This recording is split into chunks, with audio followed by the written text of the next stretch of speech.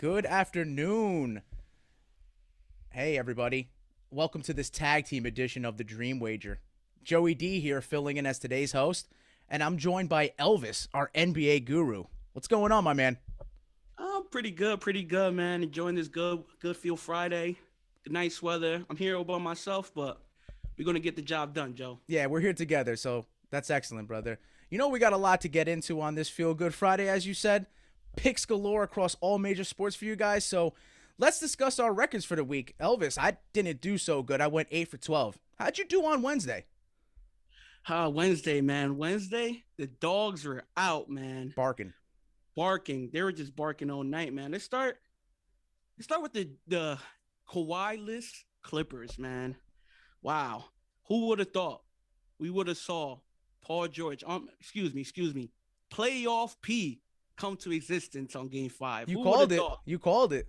Who would have thought, man? He had such a great game, man. I want to give some props to playoff P, man. Live up to the name. He had a great game. A lot of doubters.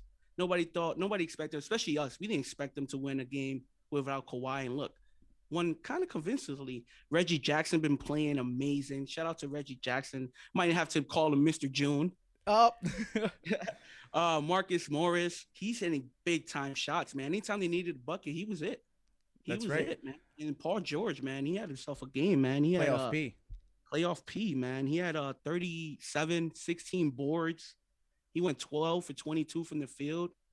I mean, that was impressive. And Reggie Jackson, a lot of real late game buckets from him. I don't know why there's hate for Reggie Jackson. I saw a couple tweets. People were like, "Good morning to everybody except Reggie Jackson." I don't know what that was about. I'm gonna be honest, he's clutch. Yeah. He's clutch. He got ice in his veins. You gotta put some respect on his name. Exactly. And when it comes to the Jazz, man, y'all started off hot. I thought y'all was gonna hit 33s the way y'all played in the first quarter. But y'all cooled down fast. Donovan Mitchell, I don't know if his anger bothering him a little too much, but he didn't look like himself last game. Not at all.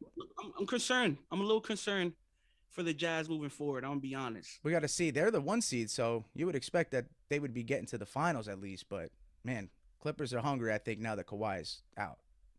Man, they showing up and they want to prove to everybody they could do it without him. That's right. Great coaching by Ty Lue too. Impressive stuff. Honestly, I was surprised by that. And then early game, the 76ers. Wow, that was devastating. That's a like an all-time like let go or letdown on their part. I honestly don't understand how the 76ers blew a 26-point lead. In the fourth quarter alone. In the fourth quarter, I think they were down like 18, 19, Whew. 20. I know at one point they were down 26. I'm going to be honest. Embiid, man, first half, monster first half. One of probably the most dominating first half so far. But, brother, you got to play both halves. That's true. He's not playing in the fourth, and you see it. They're a different team when he's off the floor. Bro, Ben Simmons, you went 4 for 14. I repeat, 4 for 14 from the free throw line. Brother, you make 4 more, 5 more, you win the game. And I'll be honest, Doc, you gotta fix something. You gotta do something. You should not allow Ben Simmons to even attempt more than 8 free throws a game. If you just hold them down to only 6 to 8 free throws, you win the game. I think he keeps going to the well too much. It's like insanity at this point. You keep doing the same thing over and over again and expecting different results. You're right. Doc needs to do something different. I don't know if he has to throw Shea Middleton in there, somebody, but you can't allow Atlanta coming back to the game. In the second quarter, they were intentionally fouling this kid to get back in the game. That's just unacceptable in the second quarter. And come down late, he ends up going 4 for 14 and causes you a crucial game in that, because now you're going down back to Atlanta down 3-2. Yeah. And it's not looking good for you. Not at all. It's going to be a tough one. Where you at? 2 for 11. Somebody says you get max money, bro. Yeah, he's a max contract player. Not playing like one. You got to do better than that. And I'm going to be honest, Steph Curry looking like his brother out there, man. You saw that stat line? I think he went 37, 8 for like 12 from 3. I think he got his bonus for the year or something like that written in his contract, how he performed. So, good for him. Man, he had himself a game, man. So, I'm going to be honest, Atlanta looked good. We have to give some props to Trae Young and those guys. Ice Trae. Lou Will came off the bench in the fourth and went off. He had, I think, 13 points in the fourth quarter. That's right. Man, just kind of Atlanta, but I'm going to be honest, Philly, you blew the game. You got to give the Atlanta his props for not quitting, absolutely, fighting. But Philly, Doc, Ben, Tobias Harris, Joel Embiid missing 2 late free throws with 54 seconds left. Huge. You choked. That's right. So, man, I mean, all right, before we start, our third member of the pod here is Dylan, and he unfortunately is probably on the fairway at the moment, enjoying some business time down there. So he actually sent us some picks, and you can always get the picks on the Action app here. The footy picks he has is he's got Sweden winning. They already won 1-0. He has Croatia money line, and he's taken England first half. And that's for his, of course, foot picks. And then he's also got some other picks as well. What I see here is he's taken the under in the 76ers and the Hawks game, minus 112. And he's going back to the well, as we talked about, Ben Simmons under 7.5 rebounds. We'll get into our picks, of course, but he's also going the Jazz-Clippers game. He's taking Jazz money line, minus 136. And the first quarter, them giving a half a point, minus 128. Then on Saturday's game, he has some props. Looks like he's got Harden over 2.5 threes. Giannis under 52.5 points, rebounds, and assists at minus 104. So he's looking for a big thing there. So he also, we're going to get into NHL and we're going to get into the UFC. As for the NHL, he's sprinkling a little bit on the Habs money line at plus 136. I like that as well. And he's taking Dan 50K Ige money line minus 126. So those are Dylan's picks. We had to mention them real quick for you. But let's get into the NBA. And actually some breaking news. The Celtics are trading Kemba Walker, the number 16 overall pick in the 2021 draft, and a 2025 second-round draft pick to Oklahoma City for Al Horford, Moses Brown, and a 2023 second-round pick. To be honest, I think the Celtics kind of robbed themselves here. What do you think, Elvis? I'm going to be honest, bro. Is Moses Brown somebody that we don't know? Do I need to YouTube his film? I don't know. I know the Celtics. They love him some Al Horford. So I know Brad Stevens missed him some Al Horford. He meant a lot. He was a big man, but Kemba Walker. Do they know something we don't? Are they hiding something from the public? Is Kemba has a torn ACL or did he want out? We don't really know. No full details. Oklahoma? I'm not sure. This trade, man. Let's just hope Moses Brown is like the truth. Star. Maybe he could become like the next coming of the truth, literally. maybe the Celtics see they can't go nowhere far with Kemba at the helm. I have no idea. Maybe just moving forward with Jaylen Brown and Jason Tatum. Yeah, I'm not sure. At the end of the day, it's not my job, so I don't understand it. But at the end of the day, it was a big trade. It was a big trade. I'm kind of speechless, but as a Nets fan, thank you. Yeah. Thank you, but simply put, I'll be honest, Celtics might know something we don't, so we'll know if this is a bad trade or a good trade come January. Yeah, around next year. Maybe probably have to get a quarter into the season, and we'll see what these guys have. We know Horford's probably gonna, It don't make sense, especially this early. I feel like would have been a good trade, honestly. Ben Simmons, Kemba for Ben Simmons straight up. I don't know. I feel that's better Just not in now. the heat of the playoffs right now. It would have probably had to happen in the off season. But hey, they probably know something we don't, Joe. Yeah, they pulled So the trigger. They pulled the Brad trigger. Stevens, he made that call. He's not the coach no more. He's in the front office. That's right. Yeah, he moved up. No more Danny Ainge. He stepped down. So He knows something we don't. that's So for sure. That's for he sure. just has some faith in Brad. Hey, we got a little more caveat for you guys. Here's something. Chris Paul tested positive for COVID-19 and has been declared ineligible to the health and safety protocols in place from the NBA. So he's out indefinitely. Kawhi Leonard has injured his right ACL, and he'll miss the rest of the series and possibly the rest of the playoffs if, of course, the Clippers advance. So, Elvis, what would missing these two do to the landscape of the Western Conference? I'm gonna be honest, it'll switch it all up. It'll switch it all up. I think it will take viewership away as one thing. At least Chris Paul could at least possibly come back either game 3, game 4. I'm not sure exactly how long they're forcing him to stay out, but hey, bro, you got COVID. That's on you.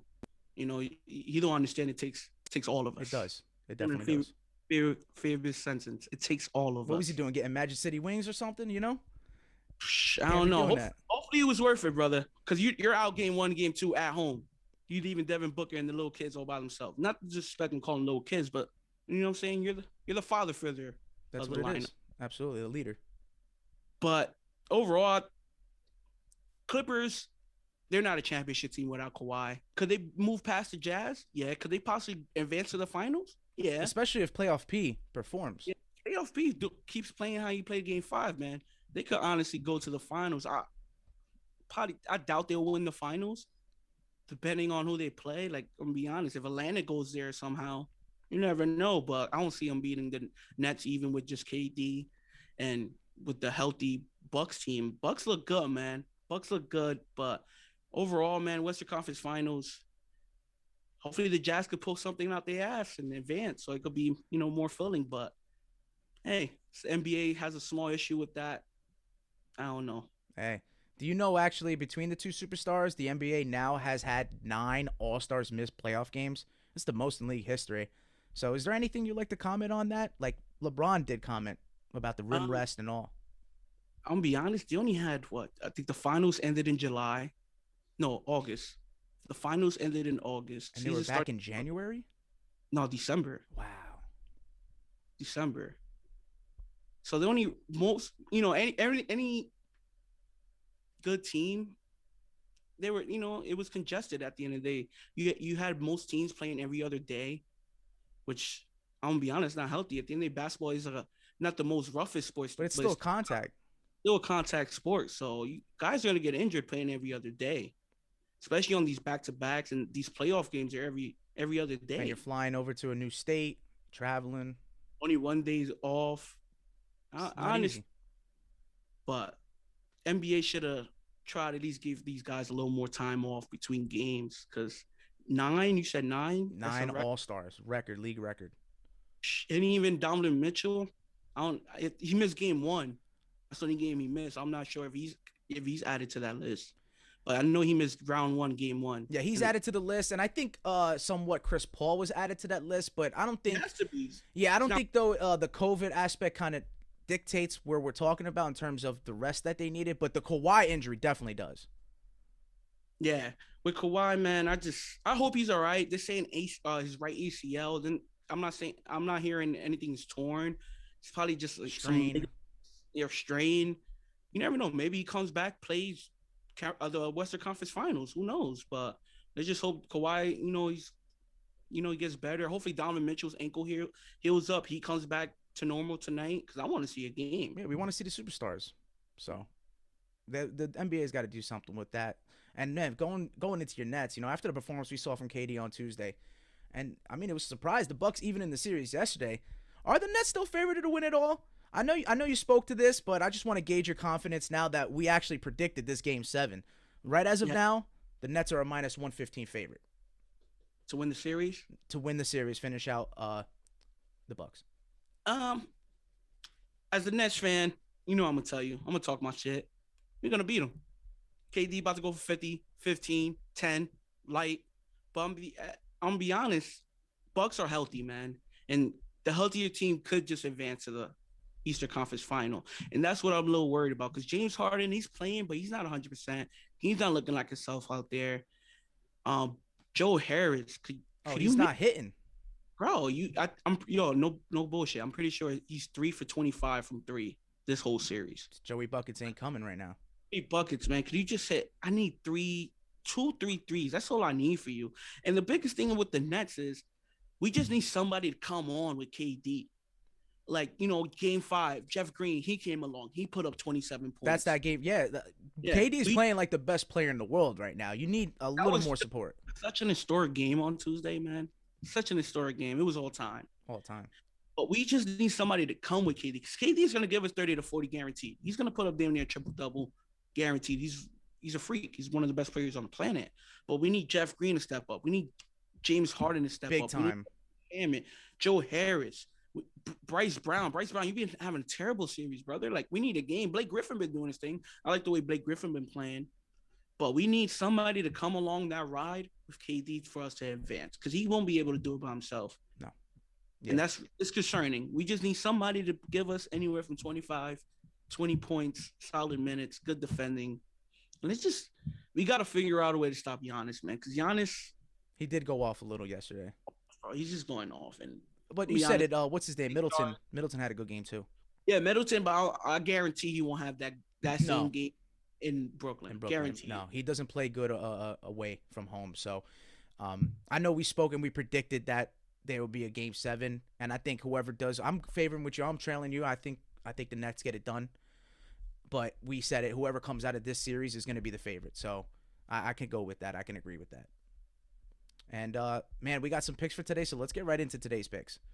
Tonight's 7:30 matchup is between the Philadelphia 76ers and the Atlanta Hawks. So now that the Hawks took the lead, which was surprising, Elvis, the people want to know, who do you got? I would like to start by apologizing. And I said with a healthy Embiid, the 76ers will move on. I'm going to be honest, after blowing a 18-point lead in game 4, a 26-point lead in game 5, at home, Philly. Yeah. I'm gonna be honest. I'll be taking the Hawks tonight in Game 6 to advance to the Eastern Conference Finals, man. They're plus money at plus 128. Yes, sir. Gotta smash it. And I'll be honest. The way the series been going, why not let Philly jump off to a big lead in the first half? They're just gonna choke it away the second half. They'll put their foot off the pedal, off the gas. So if you guys want, I will bet Philly first half, and then Atlanta full game money line, or just if you want bigger numbers right now, they are plus 128. If you want more juice onto it, just wait during the game, probably mid first quarter. I guarantee Philly's gonna have a lead, and Atlanta's gonna be a little more juice on the bone for you guys. That's right. Then the juice will be worth the squeeze there. You talked about Doc being kind of overrated in the series, so he's not really, the players and himself, they're not really showing up. Bro, so he blew 3-1 leads. It's got to be a record at this point. Like, bro, there's no unprecedented. An 18-point lead, a 26-point lead, and then last 3 games in the bubble, you blew a 14-point lead, 16-point lead, and a 17-point lead against the Nuggets. So pretty bad losses. Fucking good, Doc. No, and I fuck with you now. But it ain't good. We got respect for Doc, but you're calling it how you see it, and that's it. I gotta do my job at the end of the day. Exactly. I gotta call it how I see it. And I'm trailing you, brother. I'm taking Atlanta Hawks money line too. That 1 plus 125 is worth it, I think. So I'll take the full game money line plus 125. I agree with that. And man, we'll just go right into our 10:30 game. Is what seems to be a hungry Los Angeles Clippers team up now 3-2 against the Utah Jazz. So who's the guru siding with on this one? I'd like to apologize once again. I had high hopes for the Jazz, man. I'll be honest. After dropping 3 straight, I'll be a madman keep betting my money on you guys. It's true. That's true. You did me wrong 3 games in a row. I'm popped. I got bills to pay. And y'all let playoff P, y'all let pandemic P turn into playoff P. Come on, you killing me, man. I had Utah advancing. I just honestly thought they'll be able to get done. They're the best home team in the NBA. Defensive Player of the Year, Spider Mitchell. Even though he's a little hurt, I still get you. At the end of the day, they finished the season with the best record in the NBA. That counts for something. So I just, had faith in them. Hey, it's not ruled them out. They have a shot, but I'm gonna be honest, man. Back After in LA, 3 in a row, I can't just keep losing money. I can't. So I'll be going with the Clippers tonight at home. I just feel like they're gonna close it out in the game 6 and advance to the Western Conference Finals for the first time in team history, by the way. Well, Yeah, first time never in made it to the Western Conference Finals. yeah, they choke artists. They're bums. But Hey, I mean, I think playoff P is serious, and after he had to put the team on his back, he's proven us he can lead. yeah. That's true. And I gotta trail you once again. I gotta trail you. I'm You gonna taking. trail me? Yeah, money line plus 100. I like it, man. I think they close it out. We predicted that the only 7-game series would be the Nets and the Bucks. So let's see if that comes true. But I didn't mean Yeah. to cut you off. What were you gonna go into? No, I was just gonna say, man, long as Reggie Jackson and Marcus Morris performs like the way they don't even have to give a huge game. They just need to show up and have a decent game. I'm pretty sure the Clippers will win and cover tonight. I do. I like that. I like that as well. You know, your specialty. I want to get into it real quick. As our NBA guru, are there any same game parlays you like? Yeah. Give me 1 second. 1 second. I know you got one, some good stuff for us here. I took one for the Philly game. I was gonna take one for the Jazz game, but I'm gonna be honest, it's just More I liking it. don't know. I'm not really liking. I don't feel like Spidey Mitchell's 100% healthy. His over under is 32.5. So if I had a lean, I'll pick him to go under 32.5. And that's just points, right? That's just points, man. He didn't look good game 5, man. And the pressure's gonna be on his shoulders. Yes. All on him. People was calling you a superstar 3 games ago. Now you're choking. Well, he could be hurt. So I'm not. If Maybe he's not hurt. Maybe hobbled. a little hobbled because his ankle's not 100%. That's right. But I have a same game parlay for the Hawks game. I got Hawks money line, Seth Curry 15 plus points, Trae Young 25 plus points, Trae Young 8 assists, and Joel Embiid 10 plus rebounds. That'll leave you at odds at plus 681.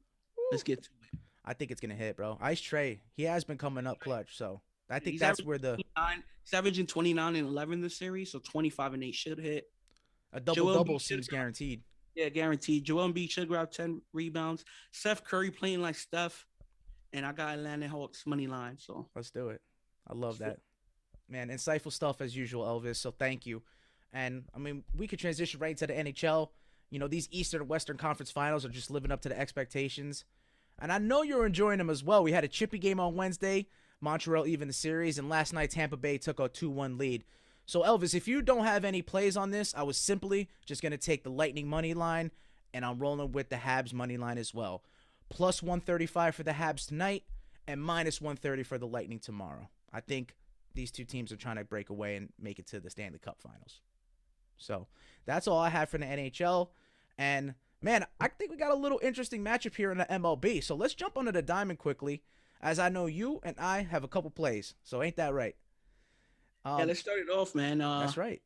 I'll be going with the Red Sox tonight, man. I'm in the Dollies pitching. The spread right now is at minus 125 on the money line. For some reason, there's no spread up. No run line, no over under. I think because Nick Pivetta was originally meant to start, and now Nathan Eovaldi's coming in to start, is what you said? Yeah, I love Dolly. I'm pretty sure. Okay. At the end, it's not showing here, but I'm pretty sure the Dolly's going today. All right. They got a good staff though. But nothing's up. Nothing's up. Regardless, Red Sox, if you had a day off, coming in fresh. I like ready that. All out. Yeah, they're facing off the Royals over there in Kansas City. So, like you said, it was minus 125. I'm going to trail that too. I'm going to take Boston money line because I think the day off and the rest they get, they'll come in with their bats hot. And I like calling it when I see it.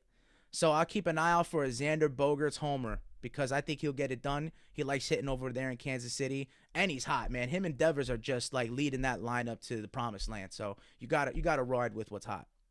Yeah, that's my boy Rafael. That's right. Third base. Real quick, actually, everyone strung up on the Diamondbacks breaking the most consecutive road loss record yesterday, but the Orioles actually are nipping at their heels. They've lost 19 consecutive away from home. So let's see if maybe they can actually break the record as well. That would be a crazy thing. 2 teams breaking most consecutive away from home records. That's just... Let's hope Baltimore don't set the record because we don't need that in our division. No, we don't. That's for sure. We want to keep that division as strong as possible. From top to bottom, AL East might be one of the best. So always one of the best. That's right. So, I mean, that does it for the board across all the major sports. I mean, we could change gears and go into a preview of the combat sports for this weekend. I would like to mention that PFL was on yesterday, and man, My You got record was robbed, Joe. awful. 0-4, man. It was a pretty spectacular event, you know. PFL's doing a great job, but like you said, man, my heart was broken with a couple fights, and we had two controversial decisions where the other guy, he should have won. They should have won, especially Roy McDonald, man. He won every round, but didn't win in the judges' scorecards. So, shame. But we'll stick in the MMA and we'll go right into the UFC. We got UFC Vegas 29 tomorrow. And I mean, kicking off the main card, we got a Hall of Famer, a guaranteed Hall of Famer, Matt the Immortal Brown, taking on Diego Lima. And granted, Diego Lima making his appearance back in the UFC, he lost his first match. Matt Brown has dropped two straight, and he's just showing signs of age. So I just think the striking is going to be a little drastic. Diego Lima is a little more youthful. He's more explosive. So I like Lima with the KO TKO here at plus 460. So Diego Lima anytime KO TKO is plus 460. I like the odds as well. You can go specific, but I played it safe and thinking that it could happen in first, second, or third. I think Matt Brown gets connected flush, and unfortunately he'll go down. So that's that for the first fight. I'll go right into the next one. Wellington Turman against Bruno Silva. And Bruno Silva, man, he gets a lot of first round knockouts, but on the contrary, Turman gets a lot of first round submissions. So I feel comfortable that maybe the grappling will actually cancel out the striking. So I feel comfortable taking the underdog here money line, which is Wellington Turman at plus 126. I think it's a safe bet. You know, Bruno Silva is the favorite coming in, but I sometimes side with grappling over striking because I'm a wrestler grappler at heart. So I'll just roll with that. Got a little news here. Juliana Rosa versus Singwoo Choi was a last-second replacement into the main card since Tim Means, the Dirty Bird, versus Danny Roberts was postponed to the next UFC Vegas, which is UFC Vegas 30. Roberts actually was pulled due to the UFC's COVID-19 health and safety protocols. Another COVID issue. I think we're Understand it takes all of us. Exactly. So simply put, I'm going to go with another underdog money line here. I like Julian Erosa. He has a little more experience in the UFC as compared to Choi. So I'll be taking him money line at plus 116. You got to go where the money's at, and I think it's a pretty safe bet there. So now we go to the top three fights, and this is where I know you come into play because that fight to start us off in the top three is Marlon Chito Vera against Davy Grant. So tell me who you got here. Oh man, you know your boy coming in little UFC now, little UFC. Let's go. Boys, they had to step up to the plate. All right, so I'll be taking Davy Dangerous to win the fight at plus 172. If you want to add some juice, you could do the double chance on Davy Grant on submission or points at plus 330. Why do I like that? I'm running with it, Joe. Hey, you know why I like that? Because they actually are running this back. They fought already, and Davy Grant beat Marlon Vera via decision the first time they fought. Yeah. So, yeah, I don't think that's a bad move on your part. But, brother, I hate to do it. I'm going to have to fade that. I'm going to take Marlon Chito Vera. Because, really, I'm being selfish here, and I want to see Sean O'Malley get that fight back. Because I think if they fight again, Sean O'Malley knocks out Chito Vera. So, oh, no. I'm undefeated in UFC. Oh, I don't know. That's the thing. Davy Grant's a tough, he's a tough one. So, I don't know. Like I said, I want to roll with Chito Vera because, like I said, I want to just see a little rematch there and try to see Sean O'Malley, who I think is a future champ, get his revenge. So, Vera via decision plus 165. You have double chance, Davy Grant. Yeah. All right. Plus 330. Hey, with it. Let's do it. The co-main event for this event, we got Alexei the Boa Constrictor Oleinik versus Sergey the Polar Bear Spivak. Man, just two great nicknames. You know we love when we get good nicknames out there fighting. Alexei Oleinik has more than like 65 pro fights. Remember when we had Ben Rothwell with all that experience coming to the fight? And, I mean, signs of age can show depending on who you are. Alexei Oleinik hasn't really shown it, but he has been finished in the first round in a couple of events. He's been knocked out. He's been tapped. So, I don't know. I feel it's safer bet to take Sergey Spivak here. And I got him specific. I know I said first round, but I think they'll get out of it and get into the second round and have a Spivak round 2 win at plus 500. He's talented. He could submit. He could knock him out. And I'm just going to play it safe in the aspect of Spivak round 2 win at plus 500. Who do you got here? Yeah, Joe. I was doing a little bit of research, and I seen this is going to be this guy's 76 fight. There you go. 76. I had it reverse. I said 67. So yeah, 76 career fight. So I was like, you know what? Man, he's done up, man. I'm gonna roll with Polar Bear. Polar Bear. At minus 225 just to win the fight. You know, kind of give y'all a double chance or something. Don't know too much about him. There's not too much on even on him on his Yeah, resume. he only has 2 losses, one of which was where Marcin Tybura. So we recently saw that. And, maybe the competition he's facing is getting better and better. So I definitely like where you're going with it. Yeah. Sorry, I'm going with the heavy favorite here, but I'm gonna just go with the young gun. Yeah, he is younger. And I don't think he's that too heavy of a favorite. You said it was only -1. No, minus 225. Oh, Unless I, so people are liking him. I yeah, think the youth is coming into money on. play. All right. So let's get into the main event because this is also known as UFC Fight Night versus Ige. We got the Korean zombie, man, Chung Jung. So after seeing him, after all the fights that he's had, it's hard to kind of go against him, but man, I like 50K. He is a surging superstar. And another piece of tidbit, little reverse thing on both parts. Dan Ige has never been knocked out, and the Korean zombie has never won via decision. So I think it's a knock him out, drag him out brawl. And I got to take Dan Ige via decision here at plus 250 because since TKZ precedent for this, he's never won a decision. I think since Dan Ige cannot get knocked out, it's not going to happen, and I think he'll edge him out on the scorecard. So that's why I feel comfortable taking Dan Ige via decision at plus 250. I'll be honest, Joe. I had a tough time picking this fight. It's a tough one. Yeah, I was looking at their stats. I was looking at their careers. And I'll be honest. I was leaning 50K at first, but then I did a little more research there, and I'll be honest. I'm gonna have to go with the Korean Zombie at plus 108 to win the match. Wow. I was gonna take him via KO, but I was like, nah, let me just stay safe, get him to win the match, and hopefully he does win the match. He's a finisher, man. Like we He's a said, finisher. he doesn't get the decision win, but man, he can put the lights out. He could submit you. I just like the Ige not being knocked out. I think it makes for an interesting fight. Yeah, that's why I was leaning towards the knockout. But like I said, like you said, he's never been locked out, so I'm gonna just go with them at plus money. Can't go wrong. No. 1-0. Gotta love the plus money. I'm not seeing smash it, but it's not a bad bet. It's not a bad bet. And Dylan, we talked about it. He's taking Dan Ige as well, but money line, so he's playing it the safest right there. So that'll do it for the MMA side of this weekend. Because actually there is a ton of boxing on display tomorrow. Elvis, I don't know if you heard about this, but there was supposed to be a fight scheduled for Saturday between unified lightweight champion Teofimo Lopez and the Australian pugilist George Kambosos Jr. But the 23-year-old Takeover Lopez has tested positive for COVID-19. Another one. And the bout has been postponed to August 14th via Triller.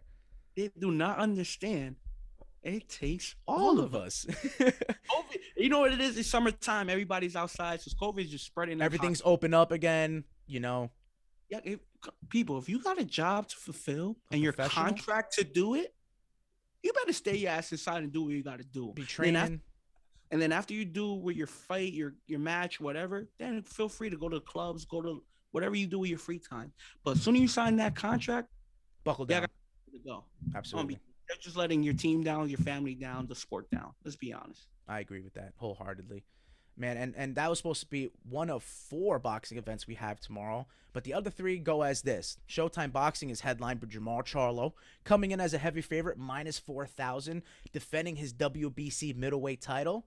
And ESPN Plus has Top Rank Boxing also on, co-headlined by Naoya Inoue, defending both his IBF and WBA belts, and Michaela Meyer defending her WBO Women's Junior Lightweight strap. Both are actually minus 3,300 favorites. Sheesh. Yeah, so a big heavy favorites on these boxing side. I don't think you see these undefeated fighters lose because all of those 3 fighters are undefeated. So don't expect new champs. Yeah. So actually one last thing, because I got to get a little something off my chest, Elvis. There was a statement made saying that boxing is harder than MMA. Example being, fighters who crossed over from boxing into MMA have become champion, yet there's never been an MMA fighter become a boxing world champ. I think the MMA community will be able to put all that to rest this weekend, as Anderson Silva will face off against Julio Cesar Chavez Jr. in the ring. Boxing is not easy by any stretch of the imagination, but I don't think it's cool to throw shade at the amazing athletes on both sides. You get me? Yeah, to me, should be some type of level of respect. Absolutely. A lot of it is circumstance, and it just so happens, actually, that I believe the fight will crescendo with the 46-year-old Silva knocking out the 35-year-old professional boxer Chavez Jr. So check out Tribute to the Kings tomorrow on pay-per-view. And by the way, Chavez Sr., Chavez Jr.'s father, is also fighting on the card. He'll be fighting against son of Hector Macho Camacho Sr. He's fighting Hector Camacho Jr. So it's weird. We got a lot of COVID things going on and a lot of father-son matchups as well. So I think interesting, fun stuff to get into for today and tomorrow. And that'll do it for us here at the Dream Wager. Elvis, I can't thank you enough. And before we get out of here, though, man, are there any departing words you'd like to leave us with? Yankees suck, man. You know how it goes. Every time the show ends on the weekend, I gotta say they suck, and then they end up losing a few games. That's right. So, Yankees, you fucking suck. Hey, if you don't have haters, you ain't doing something right. You know what I'm saying? That's on our part. Not for the Yankees. Fuck the Yankees. But hey, one last piece of word I'd like to say, because I think Dylan also agreed with me on this. We got the U.S. Open this weekend, so keep an eye out for Will Zalatoris. The 24-year-old, he finished second in the Masters, and he tied 8th down here at the Ocean Course in South Carolina. So I'm taking him as the outright winner. Will Zalatoris, plus 4,000. Dylan had him at plus 4,100. So I like it either way. He also did pick Colin Morikawa. I think you can also maybe side with a top 10 finish between Jordan Spieth and him. Odds I had for Jordan Spieth are plus 182, but I really like Zalatoris. I think the 24-year-old is coming to play, you know? So I just want to see an exciting tournament come Sunday. yeah, we want all this stuff to play out very well. So, hey, Elvis, like I said, thank you. Thank you, everyone, for listening.